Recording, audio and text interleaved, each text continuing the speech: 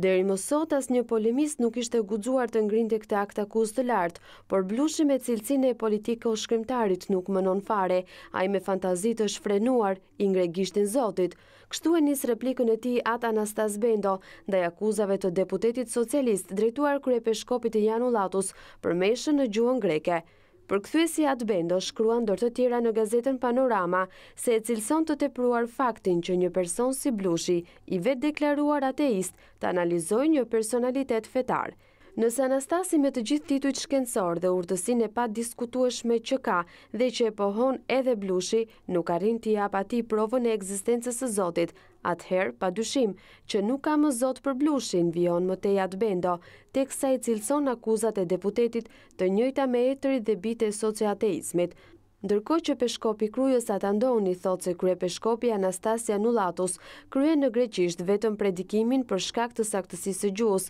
duke qenë se nuk e njeh mirë gjuhën shqipe, ndërsa të gjitha shërbesat fetare sipas tij mbahen në shqip.